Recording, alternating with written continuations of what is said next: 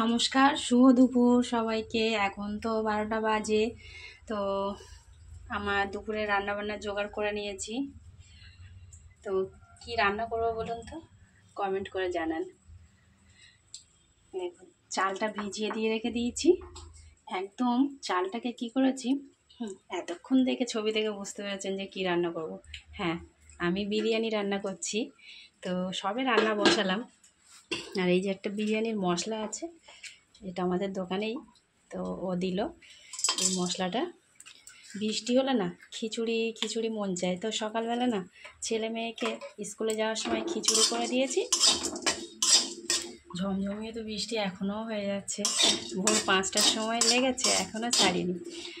আর এই যে বিরিয়ানির মশলাটা, এটা একটা প্যাকেট মশলা পাওয়া যায়, এই যে দেখাই। তো এই প্যাকেট মশলাটাও ব্যবহার করব। আর এই যে গোটা মশলা, এটা ভেজে নিয়ে, এটা হচ্ছে সব রকম আছে বিরিয়ানির মশলা, বড় এলাচ, দারচিনি, তারপরে গোলাপের পাপড়ি, জয়িত্রী, এসব আছে। তো এদিকে মাংসটা ম্যারিনেট করে রেখেছি। এটা টক দই সমস্ত কিছু দিয়ে, মশলা, আদা রসুন পেস্ট সমস্ত কিছু দিয়ে, কাঁচা লঙ্কা পেস্ট। আর এদিকে বড় বড় করে আলু কেটে রেখে দিয়েছি। পেঁয়াজ একটু বেরেস্তা করব, সেটা করে রেখেছি। আর চালটা দেখুন জলে দিয়ে রেখে দিয়েছি। দেখুন জল কত সুন্দর পরিষ্কার লাগছে, কেন বলুন তো? এটাকে 10 থেকে 12 বার ধুয়েছি। যখনই ফ্রাইড রাইস আর বিরিয়ানি করবেন, তাই চালটাকে এরকম 10 থেকে 12 বার মানে ধুয়ে ধুয়ে একদম পরিষ্কার করে ধুয়ে নিলে না, যে চালের গায়ে যে একটার গায়ে একটা ভাত লেগে যাওয়ার ভয় থাকে, সেইটা কিন্তু না থাকে না। ভাত হয় ঝরঝরে, একদম ধবধবে সাদা, আর খুব সুন্দর ভাত হয়। তো আমি যখনই বিরিয়ানি করি, ফ্রাইড রাইস করে, একদম 8 থেকে 10 বার এরকম ধুয়ে পরিষ্কার করে কচলে কচলে, একদম কচলে কচলে এরকম করে ধুয়ে, আর তারপরে ভিজিয়ে রাখি 1 ঘন্টা। তো 1 ঘন্টা প্রায় হয়ে গেছে, না হয়ে গেছে। তো এবারে দেখুন, তাও চালের জলটা দেখুন কি পরিষ্কার জল। এরকম যেন জলটা পরিষ্কার থাকে ধোয়ার পরেও, ভিজিয়ে রাখার পরেও, তাহলে বিরিয়ানি হবে একদম ঝরঝরে। তো ওই যে মাংসটা ম্যারিনেট তো করাই রয়েছে, এবার করে নেব।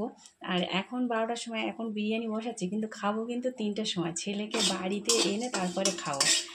তো আমার বিরিয়ানির মশলাটা ভাজা হয়ে গেছে, একদম ঢিমে আছে, ভাজতে দিয়েছি।